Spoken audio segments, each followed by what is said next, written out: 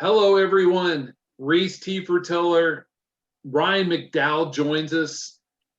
Ryan, how's it going? Going well, guys. Glad to be back with you too. I love talking. Love talking dynasty football. Always love. No offense, Jeff. Always love talking to Rhys. More and more impressed with him every time I get to interact with him as a football fan and as a young man. So glad to jump on here with you guys anytime.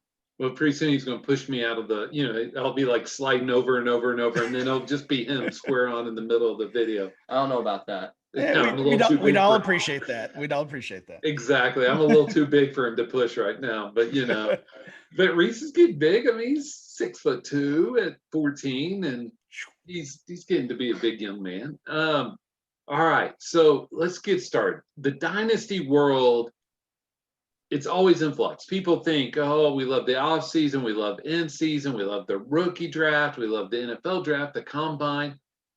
But it's this week to week roller coaster during the season, especially during the first half of the season. That's always just crazy.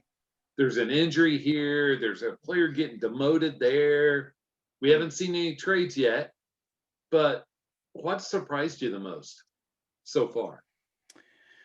Man, these rookie wide receivers, Yes. I think, has to be the answer, because the storyline of the entire offseason, obviously with COVID and with the impact that it has had, was the narrative was these rookies would just be slow to transition to the league, slow to make an impact, both in the NFL and in fantasy terms. And whenever you have those conversations, that's always even more true of wide receivers for whatever reason. But to see Justin Jefferson and CD Lamb and T Higgins, there's so many of them. Henry Ruggs is, even though he's been banged up, I think he's made an impact for the Raiders. This wide receiver class is looking like 2014 all over again. And as a dynasty player, I love it. So that's been a huge surprise for me. The rookie quarterbacks as well. I think we all expected Joe Burrow to basically start right away. Justin Herbert was surprisingly thrown into the mix in week 2 or 3 and playing better than I imagined he would, certainly. And now we get news this week that the job is to us. So we've got the big 3 rookies are going to be all starting, and it's always exciting. Like you said, it's that time of transition, even during the regular season, because we're seeing these player values change so much on a weekly basis. Yeah, Judy has played okay. Pittman's played okay. All right, this is off script, but you made me think of something. If we redraft a rookie first round, let's say first 6 picks of a rookie draft from this last year, Rhys, what would your order dynasty first 6? And I'll kick it to Ryan. Jonathan Taylor, CD Lamb, J.K. Dobbins, Hilaire. Well, the reason why I put Dobbins that high is because he's going to be the lead running back next year in the most run-heavy team. Yeah, those receivers, though, I could see a case made for 6 receivers popping there. Yes, Justin Jefferson at right there at 5, and maybe T. Higgins if I'm not missing any running backs. Maybe Swift after his breakout this week. Ryan, what are you thinking there? Yeah, I think mine would be pretty close to that. I think I would have CeeDee Lamb at number 1, and then the running backs. The order right now is probably Taylor, Dobbins, and Clyde, I think. So I think I'm with Rhys on that, but all 3 of those guys are close. Certainly 5 would be Jefferson.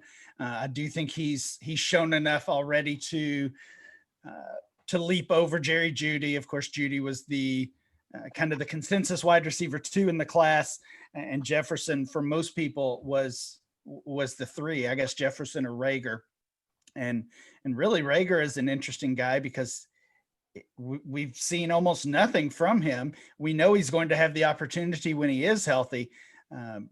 he's maybe a player we should be buying right now in Dynasty before he comes back and makes a similar impact as all of these other guys. All right. I saw this question on Twitter this week.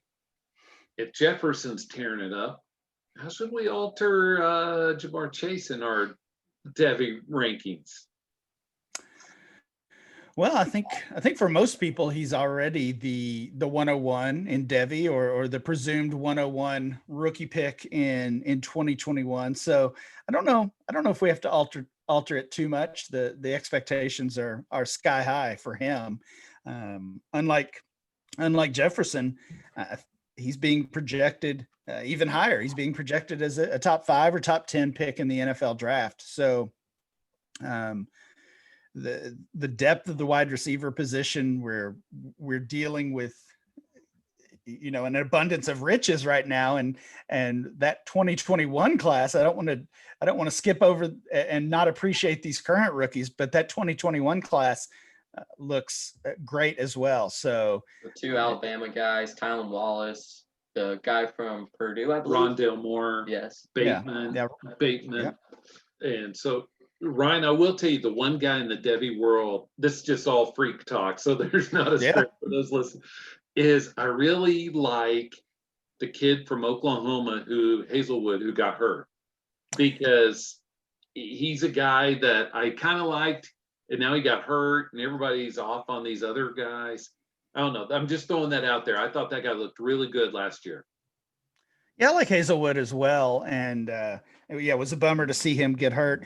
The only thing with the injuries is it just pushes the timeline back. So if you're playing Devy and you've got Hazelwood on your roster and you're expecting him to make an impact in, I think he was a true freshman last year, so he would be class of 2022.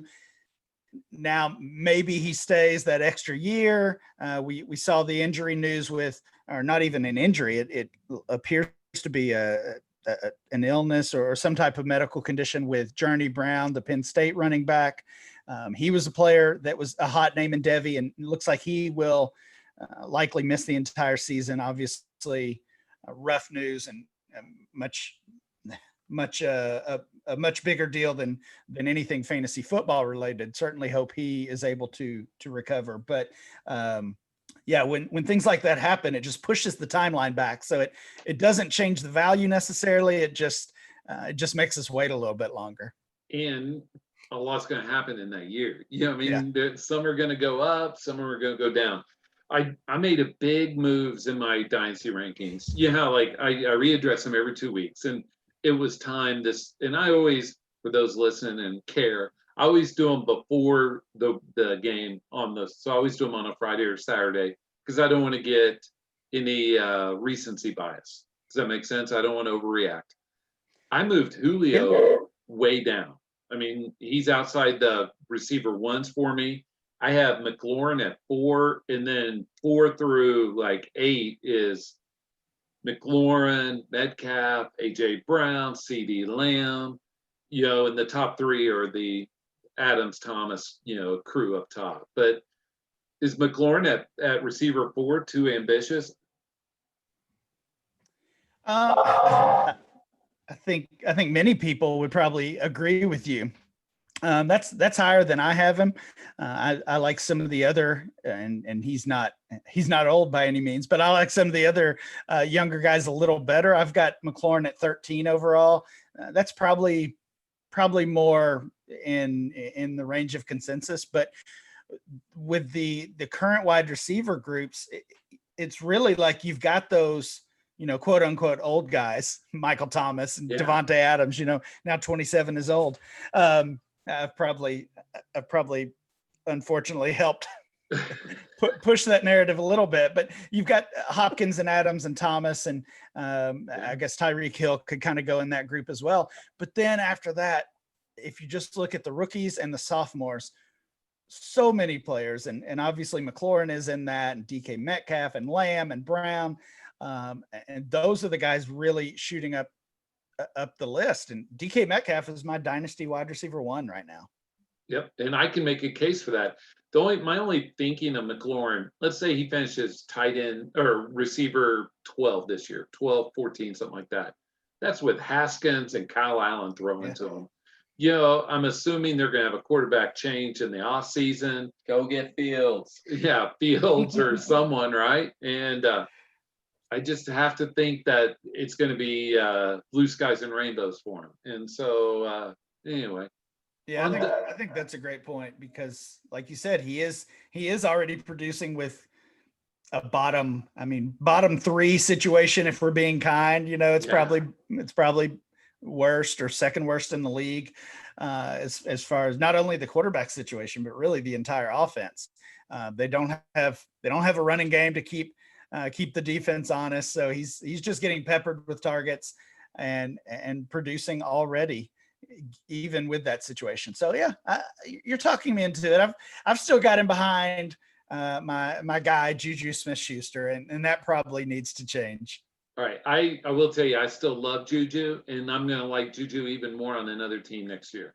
Yes, yeah, me too. So Me too. that's just a different story. All right, I saw a couple trades that went down in one of you and I's leagues this week, and I want to ask you about it. All right. Straight up, Jonathan Taylor, Nick Chubb. I saw that as well. I was a little surprised at first, but when you think about it, they're really the same player. I think if you take fantasy out of it, I think a lot of people, and we haven't seen it yet from Taylor, but those would be called two of the most talented runners in the league. We pretty much know. I mean, Chubb flashed a little bit before Kareem Hunt came into the picture. Jonathan Taylor's had a couple of nice games where he caught 5 or 6 balls, but for the most part, these guys are not going to get a ton of PPR opportunity. So they're basically the same player. If it's me, I want the one who's a little bit younger, who doesn't have to deal with Kareem Hunt. So I would still prefer Jonathan Taylor, and that's not to even consider the injury that Chubb's dealing with right now, more in more of a short-term view. So yeah, I was really surprised by that at first, but the more I thought about it, it's probably a pretty even deal. I'd still take Taylor though. The funniest part about it is you couldn't find 2 players that have more guys that either love him or hate him. Like there's people in the community that are all Chubb, anti-Hunt, or all JT. He's the best running back to come out in a long time. It's just funny that 2 guys that have such audiences with them. All right. Yeah, well, I think. Go ahead. I think the path that we've seen Derrick Henry take is probably similar to what Taylor and Chubb are both going to deal with as far as what their value looks like. Always going to be a little pushed down by the group because of the lack of passing game involvement. Right. And so I'm walking down Narrative Street. Rhys, you can jump in anytime you want. Most of the guys we have on here as guests have stated that they want quarterbacks that can run because it pushes up the floor. I want to make the same argument that the same group think is running backs that have receptions. Even that 2 for 20, that 4 points is big in PPR leagues. That hinders the perspective on Henry. But do you think that's warranted with Henry, Aaron Jones, Chubb, Jonathan Taylor? I mean, they're all in that same narrative, right? Versus Kamara. I do think it's warranted because I still feel like those backs who can bring both skills, I guess, to the table, or both paths to fantasy points on a weekly basis still offer more upside, right? I mean, we saw Derrick Henry with a 200-yard game and a 2 touchdown game. And he needed that to get to, what was it, 38 or 40 fantasy points. And not to take anything away from 40 fantasy points. That's a great week for anybody, but it's just going to be a lot easier for Kamara or Saquon or any of those McCaffrey, obviously, any of those players who can catch a dozen passes could hit the 100 in a game, receiving and rushing. It's just going to be easier for those guys to get there. Every Sunday when I'm watching the games, I pull out my fantasy football notebook. I don't know if everybody has a fantasy football notebook, but I do. I take notes on every single game, and I'm just, I'm writing stats, any observations I see, any injuries or anything that's going on. And then at the end of the game, I just fill in, I kind of backfill with the box score, right? With the stats. Yeah. And there are some players, running backs and quarterbacks, where I have to write one stat line and then I have to write another stat line, right? And it's Kyler Murray and it's Lamar Jackson. I've got to write their passing numbers, and then I've got to add their rushing numbers. And I do the same thing with all these running backs that we're talking about, Kamara, McCaffrey, and these pass catchers. And it just stands out to me every week when I'm doing that. These are the players that really offer that upside because they can gain fantasy points in two different ways. And if you look at the top valued quarterbacks right now, Mahomes, Lamar, Murray, of course, Dak Prescott before the injury, Russell Wilson, Josh Allen, and Deshaun Watson, and even Joe Burrow, they're all offering something with their legs. So yeah, I do think at both the quarterback position and at running back, I still see a value difference and an upside difference for those players. Even Fitzpatrick and Tannehill offer something with their legs. Yep. Fitzpatrick sneaky with the 21 yards rushing or whatever. And you're like, well, that's 2 points. Yeah. So I was going to move to one of Rhys's favorite players, and I know he's one of yours. How surprised are you on Teddy? Teddy leading. He's also one of yours too. Yeah, I like Teddy. But Teddy is a Ryan McDowell, loved him coming out. Rhys wrote about him in his book that looked like this. With Joe Brady. I mean, the Panthers are 3-3. Who would have thought that the Panthers would have 2 more wins than the Falcons? I mean, that's surprising, right? Especially with their completely remade defense. Right. Falcons take notes. Yeah. And what was Dan Quinn's specialty anyway? Defense. And so, but the Panthers are only one game behind the Buccaneers, which is pretty surprising. Half game back on the Saints. Yeah. What's your thoughts on Teddy so far? It can be fantasy or, real life. And you probably have to intertwine with the DJ Moore, Robbie Anderson dynamic in there. Yeah. I mean, I think he's certainly been impressive. I think he's done exactly what he's been asked to do in that offense. And I think when you talk about Bridgewater, you probably have to talk more from a football perspective than a fantasy perspective. There does seem to be, even with Joe Brady there, even with some talented players around him, there seems to be a fairly limited ceiling for Bridgewater. He did give us a quarterback 4 game back in week 4. Outside of that, everything else has been outside of the top 10. So he kind of is what he is from a fantasy perspective. Very solid and underrated option in super flex leagues. I think he's quarterback 16 overall right now. So really, I have no problem with rolling him out every week as my quarterback 2. But still, I kind of see, like I said, I see a little bit of a ceiling there with him in general. But I think he's been very impressive. I think going into the season, the assumption was we'll have Teddy this year and then we'll draft one of these rookies. The way they're playing, I don't know if they're going to be in a position to have a high enough draft pick. And I think Bridgewater might be playing his way into a 2021 starting role as well. Especially when everybody was dogging on him making 20 million. Rhys has some, I can see him, he's dying to say, but here's this is a rhetorical for you, Ryan. If I told you Teddy had a running back that was top 6 at his position on average every week, roughly, right, with Davis and McCaffrey, and Robbie Anderson was going bonkers like he is, you'd have expected more from Teddy. It's just kind of interesting to me. Yeah, probably. I think, I Fancy. mean, right. I think we're kind of honestly kind of seeing the same thing in Minnesota right now. They've got two top, I think Five. Jefferson. Top 5 receivers.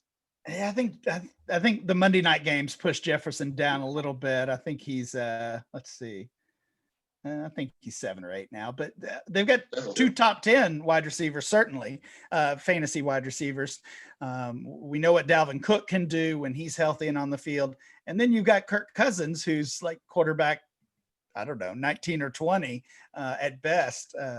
Yeah, 19. So yeah, we're kind of seeing those teams lean on their true talents and not to bash Cousins or Bridgewater too much, but their teammates, I think, are the better weapons overall on their respective teams. The dog or the tail, so to speak. Yes. For Bridgewater, though, you mentioned the rushing like Fitzpatrick, sneaky ones. Teddy's not a bad rusher. He's averaging 5.83 yards a carry. How many rushing yards does he have? He has 70, which is more than Reggie Bonifant. It's more than a backup for a non-mobile quarterback. It's still 1 point a game, 6 games, one a game. It's got the same amount of rushing touchdowns as Mike Davis, though. That is crazy. But anyway, I kind of like Bridgewater long term, and I'm always surprised when I look at those numbers that he puts up. All right, Rhys, you got some questions for Ryan? Now keep him on his toes because he looks a little too comfortable. Okay. What type of career do you think Trevor Lawrence will have if he's drafted by the Jets? Is he going to be like flamed out like Sam Darnold and wasted, or is he going to be? I feel like it's fair to say he was wasted there with Gase, or is he going to they're going to get new weapons like Buffalo did to help Josh Allen some? Yeah, it's tough to answer because we have to assume that, of course, Adam Gase will be gone. But I'm starting to worry that this is not just an issue on the coaching level or maybe even on the general manager level, but I wonder if it's an issue on the ownership level. So I'm not a huge NBA fan, but when I keep up with the NBA, I'm a Knicks fan, and I've just kind of accepted at this point that the Knicks are not going to be good until or competitive until there's an ownership change. And I think there's a handful of teams like that around the professional sports world. And I hope that's not the case with the Jets, because if it is, then it is going to be bad news for Trevor Lawrence, regardless of who the coach is or who the general manager is. But I think we'll see a change at the head coaching position, likely the general manager position as well. And that gives me at least a little bit of hope for Trevor Lawrence. As far as Darnold, yeah, he's definitely been he's been wasted so far, but I've still got a little bit of hope. You know, what we've seen with Ryan Tannehill since leaving Miami, another former first-round pick, makes me think that Darnold gets another shot somewhere and hopefully can turn it around. So are you buying some of the Jets' offensive weapons, Herndon, Crowder, and the like, just on the hope that Trevor Lawrence and a new coaching staff, I'm talking Dynasty, will be able to turn it around? I think you can buy Crowder regardless because he's producing, right? He's basically a wide receiver 2 every week. Just stick him in your lineup. He's still relatively cheap. I saw him traded for a 2nd-round pick in one of my leagues the other day. So that's kind of an easy move to make if you are a contender and you need that production in your lineup, whether you're dealing with an injury or you're just one player short or whatever the situation might be. Beyond that, I'm not really investing in any of the Jets because I just think we could see a complete overhaul. I do think one way or another, Darnold will be gone. I don't think their running back of the future is on that team. I don't don't have especially high hopes for LaMichael P. Ryan. They did draft Denzel Mims this past year, and we haven't seen him yet. So he would be another one that may be worth taking a shot on, just to see what happens with him. Hopefully he gets healthy soon and we see him, but kind of in the same line as the Rager comment earlier. Throw him on your roster. If you can buy him for, I don't know, buy him for a second and a third, maybe something like that, and former first round pick or early second round pick, and then wait it out. But in general, I'm pretty much staying away from the Jets. All right, I made a trade in the one league you and I are on the same side. I gave up Le'Veon Bell and KS2, and he was on a 2-year contract, and I got Crowder on a 2-year contract. What do you think? Is good deal or not? Yeah, I think so. I know there was some Dynasty players going around and buying Bell, especially after he was cut by the Jets, anticipating that he would land with Kansas City or in a good spot. So of course his value went up, and I don't know. I mean, maybe you could have gotten a little bit more after that became official, but I don't think you would have gotten a lot more, certainly.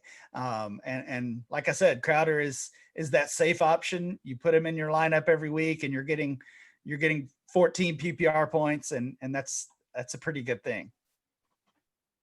All right, one last Dynasty trade that I saw this week. It was offered to me for my McLaurin, but I don't know if you saw this. Edwards-Helaire and a second for A.J. Brown. I rejected it for McLaurin just because it seemed like there's a lot of risk. That was before Monday night's game, of course, but I'd still take McLaurin. A.J. Brown or CEH in the 2? I want, man, that is close. I think I want A.J. Brown there. I do have both of those guys as, I've got A.J. Brown as a top 5 Dynasty wide receiver. Basically, I took Metcalf, Brown, CeeDee Lamb, and put them to the top of the list, thinking if I've got them on my team, I'm not trading them for Devontae Adams or DeAndre Hopkins or Tyreek Hill. And even if that means taking a hit this year on production, which I think you probably would take a hit with Lamb, but honestly, I think Metcalf and Brown potentially could match any other receiver in the league. So, if they're already scoring at least in the same tier as those other top receivers who most people have near the top of their rankings, then why not take the younger guys? So I would take Brown there over Edwards-Helaire. And was the pick on the Clyde side? Yes. Yeah. Okay. For me, that's not enough to sway things. I'd take Brown. Yeah, and the one thing I want to say, and Rhys has some queued up, is for Dynasty players out there, including Rhys, the one thing, the lens to think about is come this offseason, how will this trade look? And the A.J. Brown side may look like they stole if Le'Veon Bell has a strong playoff run, where the A.J. Brown side, the only downside to it is if he gets injured or something like that. Yeah. Well, the Helaire might end up being the Hunt Chubb combination where there's 2 good ones. Who do we do? Right. They're watered down. Yes. So back on Devy, who are your top 5 rookie quarterbacks for next year in order? Ooh, you are serving them up. So yeah, well, obviously Trevor Lawrence. Let's start with the easy one.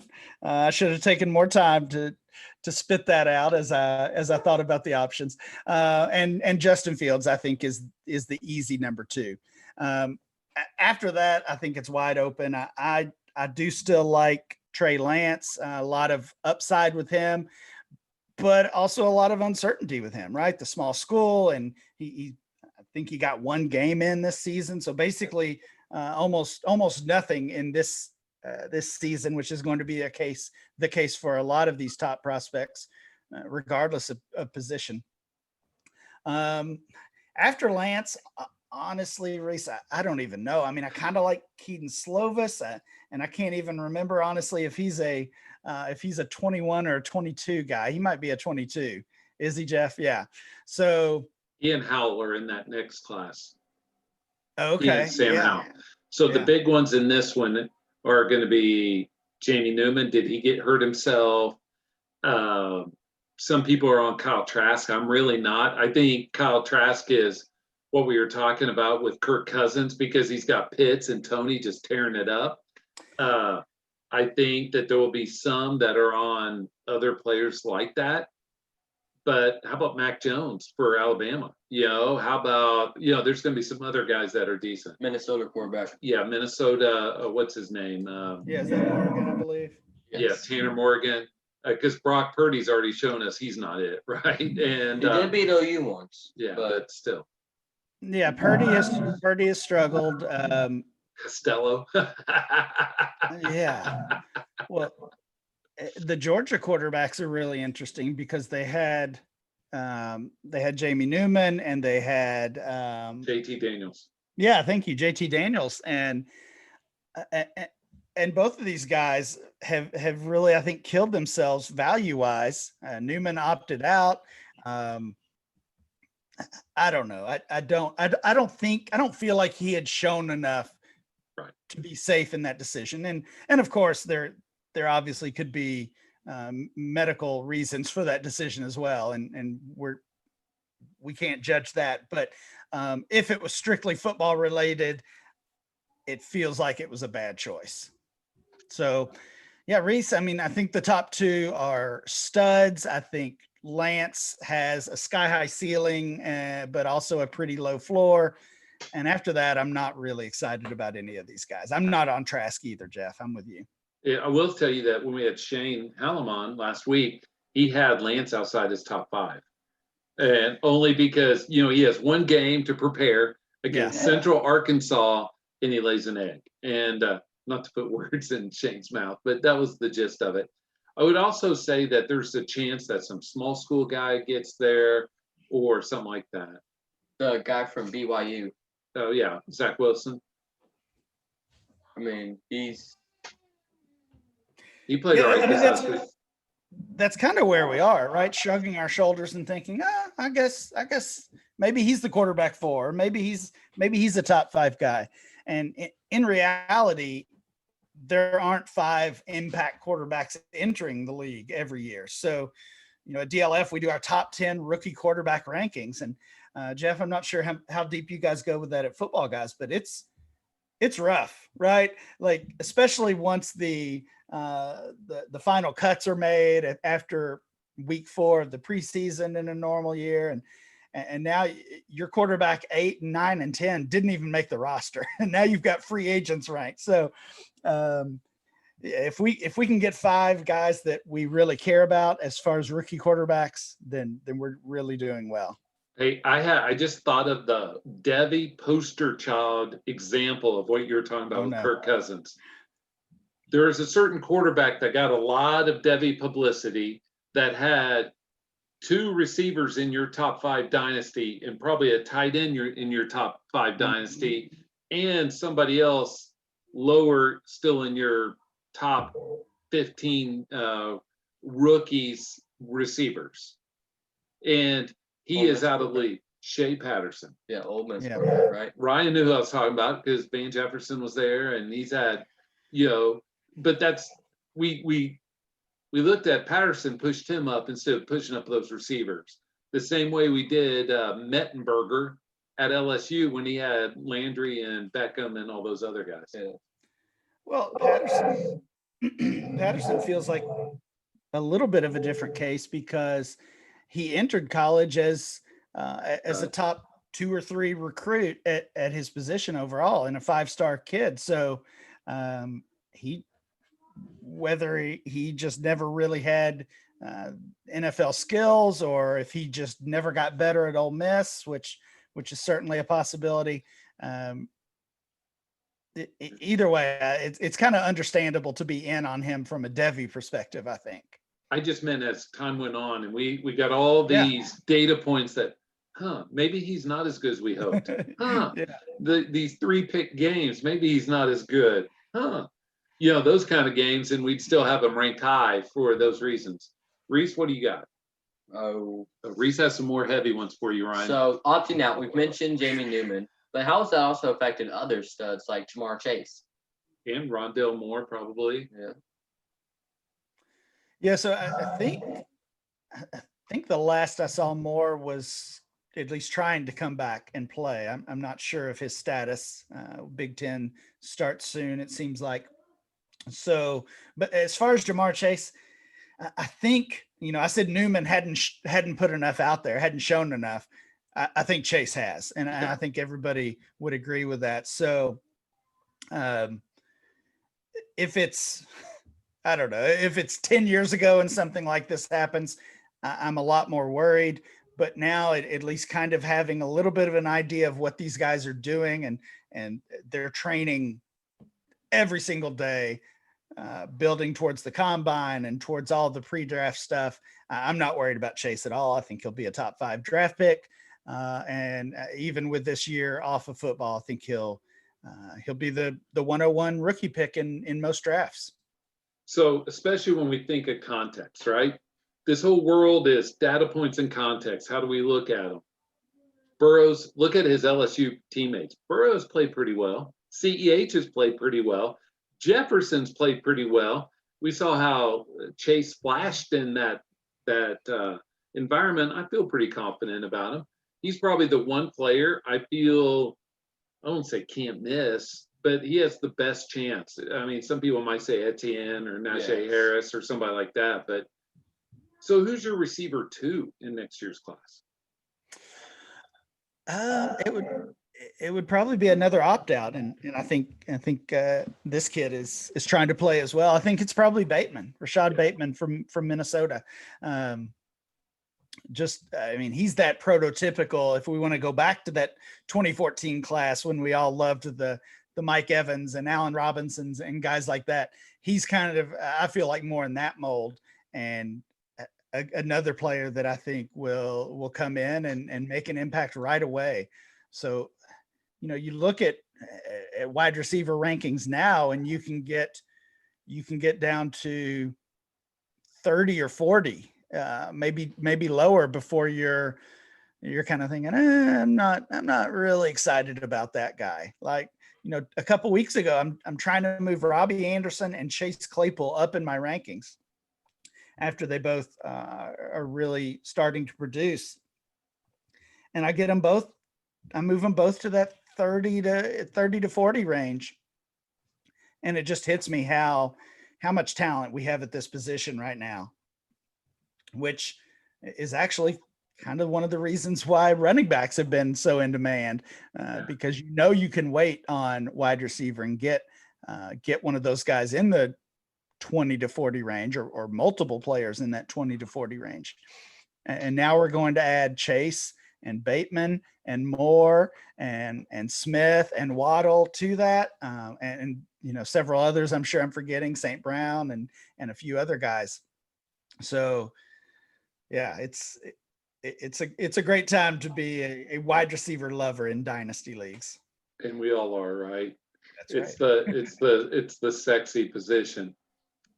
Okay, so Tua took over. The news broke. I don't know if it broke tonight. This morning. Yeah. I didn't know if it broke last night, though, because I was not up incredibly early. For some reason, his mean parents won't let him have his phone in his room overnight. We'll have to sign a petition for him. Yep. Poor guy. So where would you put Tua in your quarterback range in Dynasty now? So I was pretty aggressive on him already. I think I already had him at quarterback 9, I believe, 9 or 10. So I don't feel like I need to move him up based on this news. Was pretty much valuing him as the starter already, because of course it was inevitable that he would get the job sooner or later. I didn't even think we would have to wait until 2021. And of course we don't. So I've got, let's see. Yeah, I have him at 10. I actually have Herbert above him. So that has been a change of preseason and through the draft process. it was Burrow to a Herbert for me. But as I said earlier, just been so impressed with Herbert and what he's done. I mean, Keenan Allen has kind of been banged up a little bit. Mike Williams has been in and out of that lineup. Of course, they lost Eckler, and I mean, he hasn't missed a beat. So, question for you: what player would you give one quarterback league for either Herbert or Tua or Burrow? I mean, assuming they're all interchangeable, pretty close. Yeah, I mean, that's a good question. I don't know. My thought was somebody like Gallup. Somebody's one of those receivers that's worth a mid-second. But if, in a one quarterback league, if Burrow or Herbert's your quarterback 3, Gallup may be an upgrade. I play in some of these multi-copy leagues where, there's in one league, there's 36 teams and there's 3 copies of every player, and trade talks in those leagues are fun because if you want to go shopping for, for whoever, for DeAndre Swift, right? You kind of get your offer in mind and you make the same offer to 3 different managers and you're just hoping one of them takes it. I kind of feel like in a one quarterback league, it's a similar situation right now because you can go shopping for any of those rookies. You can go shopping for Deshaun Watson, who is losing value a little bit. And maybe Josh Allen is still in that conversation as well. Basically, you have so many options that are in the same range. They're all young. They're all producing. And then, of course, in Tua's case, we think he's going to produce. We hope he does. But they're all, to me, in that mid QB1 to low end QB1 range. And unless I'm just really in love and really believe in one of these specific players, I'm just throwing a similar offer out. And I think the one you mentioned made sense. Gallup, Hardman, a low end wide receiver 2, high end wide receiver 3. That's probably the range. And I do think that makes more sense than a pick, because if it's a pick, you're going to try to send a second rounder, and that's probably not going to get the job done. Exactly. So using the player that you value as a mid-second instead is a better way to approach it. So on Tua, Rhys, you and I aren't in too many big super flex leagues like Ryan and I are. The one thing that I would give as guidance, and one of the articles I pushed out today said this: when Fitzpatrick gets dropped, like he will this week, everybody should scoop him up. We don't know how healthy Tua is. Fitzpatrick's been a quarterback 1, possibly, Ryan, maybe top 13, 14. Oh, yeah. And, he's the kind of guy that we should be buying. And he could be traded to Dallas at any moment. You never know how impetuous Jerry Jones is. Especially after Andy Dalton showing. Yeah, the red rifle kind of got... he got read over.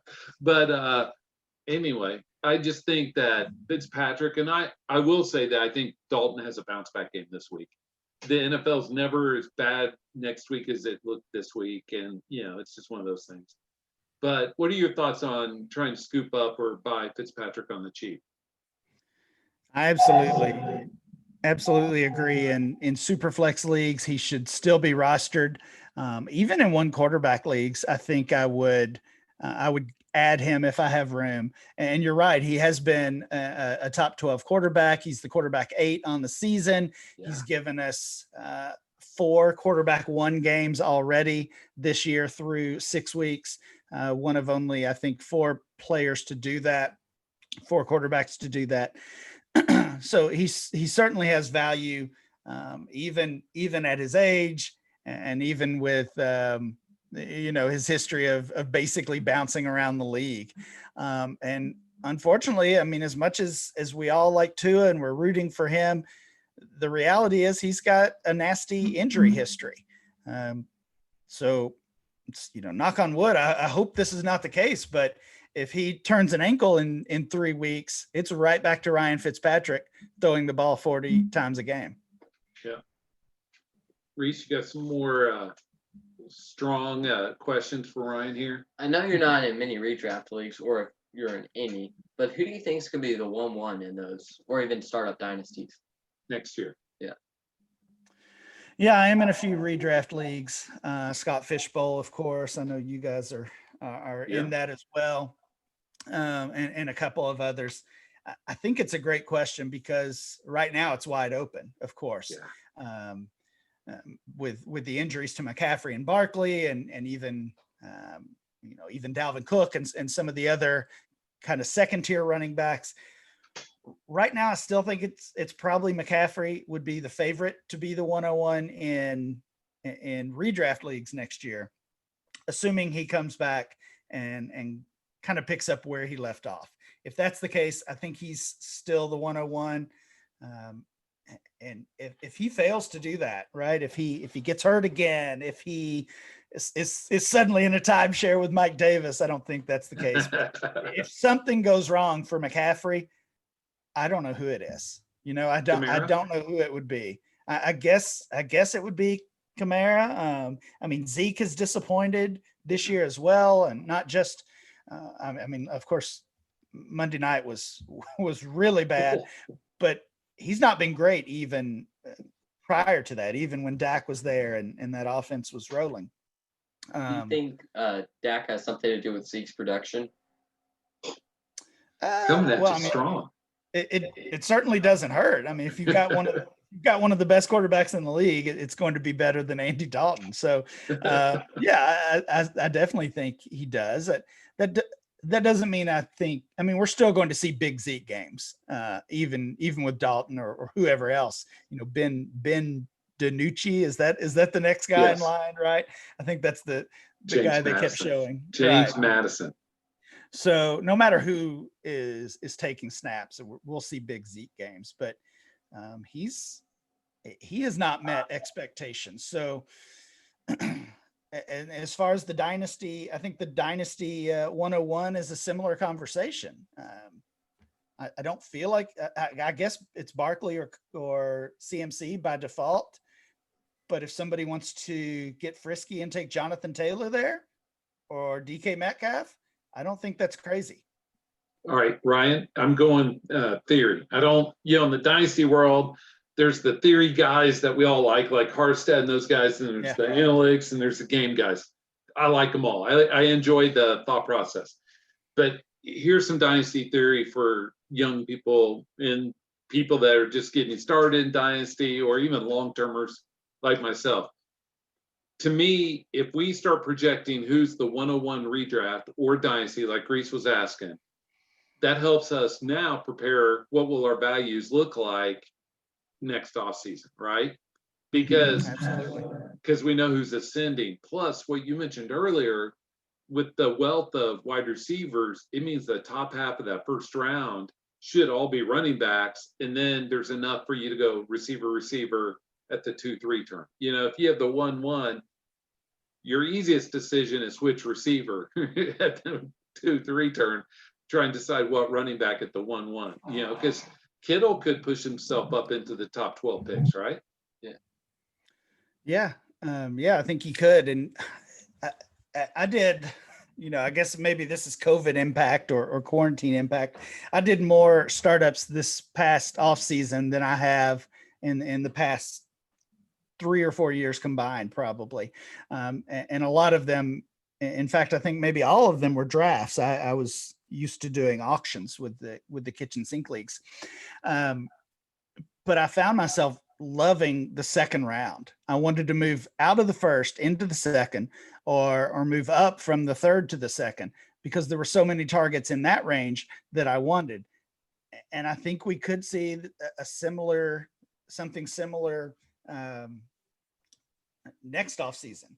And you're totally right as far as trying to project values. I do that a lot with ADP. Of course, I collect the ADP for DLF, and always kind of trying to look ahead and project who are the players that are going to be gaining value, and then trying to stay one step ahead of that. Acquire them now, or sometimes it means sell the players that are trending in the wrong direction. Yep. And there is a cycle, and I tell Rhys this and all the Dynasty players I know. There's a cycle of values in terms of buckets. Older players are to be bought in the off season, sold in season, because they're worth. Aaron Rodgers is worth way more now than he was in the off season or next off season. I just pick Aaron Rodgers for example, or same with Allen Robinson or whomever. That has to feed into your thought process as well, right? I mean, Sure. Crowder's worth nothing in the offseason. I mean, Jamison Crowder and a nickel get you a cup of coffee, and but he's productive, and he's what, 27 years old or whatever. Yeah, it's easy to fall into that off-season trap of building that sexy roster and getting all the names that people are tweeting about or writing about in their articles or podcasting about. It's really easy to fall into that, and it's not hard to buy Jamison Crowder in the offseason, but it's hard to talk yourself into it. Yeah. But if you can, if you can get into that habit of doing exactly what you said, buying in the off season, selling in season, then you're going to profit. Tenfold at least. The two guys I was going to ask you if you're buying, because I bought them in the off season. I'm still hedging. I still think there's a chance. Antonio Brown, 8-game suspension, could be up soon. 2-3 weeks. Yeah, dirt cheap on the waiver wire in a couple of my leagues. So sure. I mean, the price is probably a third. Yeah. Yeah. How about Josh Gordon with the Seahawks? Same thing. He's on the waiver wire. I actually picked him up in a couple of leagues with a return in mind. I mean, we know the talent is there for both of those guys, and it's just a matter of can they, I don't know, get their head straight, I guess, get their act together. And there's certainly, and unfortunately, lots of evidence that they can't. But in Dynasty, I mean, Jeff, it's always a matter of price. So at their price, which is very low, then yeah, I'll put them on my roster. Yep, I took a chance last offseason. I had Lamar, one quarterback league, HA5, and I had Lamar and Teddy. I sold Rodgers for Brown straight up. Looks bad now. Doesn't really matter. I wouldn't have started Rodgers any of these games, so it doesn't really matter. But anyway, it's just interesting. Rhys, what other questions you got for Mr. McDowell? So back on Devy, your Kentucky Wildcats blew out Tennessee with 2 straight pick sixes. Are there any Kentucky players on your Devy radar or on other people's Devy radar who don't follow them as closely? Wow. There's probably actually not right now, unfortunately. So, I mean, Kentucky is winning with, as you said, with defense and with a running game. They've got a committee running back. Of course, they lost Lynn Bowden last year, who did a little bit of everything for them. They're starting to recruit, as they have more and more successful seasons and they make higher profile bowls, they're getting some good recruits. So I think we'll see it happen. We'll see the next Randall Cobb or the next Lynn Bowden or Benny Snell. We'll see some of these guys. But as far as players to look for in the 2021 draft or even 2022, probably not from Kentucky. Oh. I know, bummer. Hey, they're winning though. I'll take it. And it helps recruiting when you're one of the only 3 conferences playing, right? I mean, Yeah. it sure helps. Yeah, so I am wondering on Kentucky if we'll see any Joey Gatewood. So Joey Gatewood was I think he was a 4-star quarterback, went to Auburn, kind of flamed out there, didn't win the job and transferred and chose Kentucky. And a 4-star quarterback that Auburn just throws away is one of the biggest recruits in Kentucky history. So we've got Terry Wilson as our quarterback right now. Mostly a running quarterback, kind of some questionable accuracy in the passing game. Josh Allen. not the arm strength of Josh Allen. Maybe the accuracy of Josh Allen, though. I was just basing off the running and passing. Right. So Joey Gatewood got ruled eligible really after the season started. So that's kind of the next step for Kentucky is, do we see this former high profile quarterback recruit? Do we get to see him on the field or starting games this season? I think we probably do, but Wilson's playing pretty well right now. What else you got for Ryan? Final question. It's been great having you on. Who is the best rookie quarterback this year? Is it Burrow, Tua, Herbert, or is it his favorite player, Jordan Love? Now. By the way, look, I'm wearing some old school Chargers gear. You can see the lightning bolt, wearing some old school Chargers gear on the pod today, just because I was like you, Ryan. I only have Herbert in one league, and thankfully he and Tua are on my taxi on my KS3 team. I wish I had more of him. He looks good, and I could make a case for any of the three, but I'm interested to hear what you think. Yeah, I think I do still, in my dynasty rankings, I still have Burrow as the highest ranked of those three. They're all basically right together, but I think Jeff, you'll be happy. I think the most impressive so far has been Justin Herbert. I don't think he's got solid weapons and probably better than what Tua is going to deal with here in a couple weeks when he gets his first start. But I do think I think Burrow has a better collection of talent around him than Herbert does. And Burrow, he's put up fantasy numbers, but honestly, it's been mostly through just volume. I mean, just passing the ball a ton. And I mean, Herbert, it feels like, and the Chargers are as inconsistent as any team out there, but it feels like they're in every game. It feels like they have a chance to win every game because of Justin Herbert. And the Bengals are not quite there yet with Burrow. So if we're talking strictly dynasty, I'll still go with Burrow. But as far as who the best on the field so far through 6 weeks has been, I would go Herbert. One thing about it is none of those teams are above 500. Yeah. Miami with Tua may be the only one with the same coaching staff next year, because I can't imagine Anthony Lynn with some of his poor decisions keeps that job.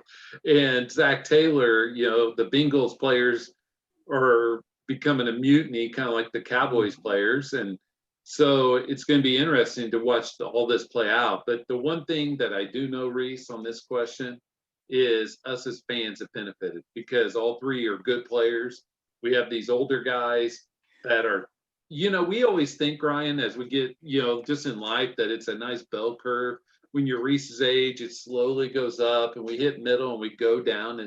But that end is dropped off steep, right? In life, we know a lot of people that's the same in the NFL. Breeze is hitting that steep decline. And so are some of the other Phillip Rivers, and so I'm glad to see these young guys doing well. To me, the Cincinnati offense is a lot like that Geico Barbershop Quartet commercial where the guys are seeing past the ball, because that's pretty much all they're doing now. Tell that to Joe Mixon fantasy managers, right? Oh, so Ryan, it's great having you on. For those that have lived under a rock for the last however many years since you've been at DLF, tell everybody where they can find you, find all of your work and your podcasts, and what keeps. All right, first of all, how many podcasts a week do you do? I think I'm at 3 a week now, so not too bad. It does keep me busy though, for sure. But yeah, thanks for having me on, guys. Like I said, always love jumping on here with you all. Rhys keeps me on my toes, and that makes for a fun show. But yeah, you can find my work at dynastyleaguefootball.com. Also do some dynasty coverage for rotoworld.com. You can check out my stuff there as well. I am part of the Locked On Dynasty team along with Matt Williamson, formerly Dynasty Blueprint, now Locked On Dynasty. We do 4 shows a week. Matt and I do 2 of those. So that's been a fun transition over the past few weeks. And then also am the co-host of the DLF Dynasty podcast. And you can find me tweeting about Dynasty football and all sorts of other things at Ryan MC23. In the 23, for those that haven't known you very long, what's that 23 all about there, Ryan? Yeah, that's Donnie baseball. Don Mattingly grew up as a Yankees fan through the rough years. So we've enjoyed the good years. Well, those feel like a long time ago now too, though. Oh yeah. One thing about your Twitter handle, why is your picture changed from Lynn Bowden to DK Metcalf? It's a cool picture of DK, but yeah, well, first of all, the Bowden picture, the Bowden picture was still in a Raiders uniform, so I felt like I had to catch up on the recent news, and as much as I love him as a Wildcat and certainly am cheering him on still, I've got lots of shares in Dynasty leagues. I felt like with my move of Metcalf to my wide receiver one, it was time for a change. So I jinxed Juju Smith-Schuster for over a year, basically ruined his career with making him my Avi for quite a while on Twitter. So hopefully this is not bad news for DK Metcalf. We'll see what happens. So you're saying this is the new McDowell curse instead of the Madden curse? Because Juju also had that too. Yeah, I hope it's just the Madden part. I don't want to take any blame here for anything, but we'll see. DK was on bye last week, so hopefully it's good news in week 7 for him. So my wife, who you met, she thinks that I'm in a lot of leagues. I'm only in like 10 or 12 that I have to worry about setting lineups for. How many are you in, Ryan? Help me, make a case to her that mine's not so bad. Yeah, well, don't tell my wife, but like I said, I did join. I joined way too many this off season. Scott Fish was offering a new series of leagues, the DLF Champion Series, and being a friend of Scott and being a part of DLF, I felt like I needed to jump in there, and you got a chance to win $1,000 after a 3-year period. So taking my shot at that. So I joined a couple of those, and a few other leagues were started. I think I'm probably around 25 now, and actually I started a new league, Jeff. Just last week. It's a redraft league though, so it'll go away. But always trying to come up with new league ideas to shake things up. I just know that Tuesdays, the day we're taping this, waivers just go see how my team's. So I never look at my team how they do until Tuesdays, and then it's I had a rough week this week because a lot of guys were on bye, but. It's one of those, and then see who's available, all that stuff. Tuesdays are waivers days. Ryan, it's been great having you on, and we thank you. We hope to have you on maybe later in the season. Yes. Thank you. Yeah, anytime. All right. Have a great one.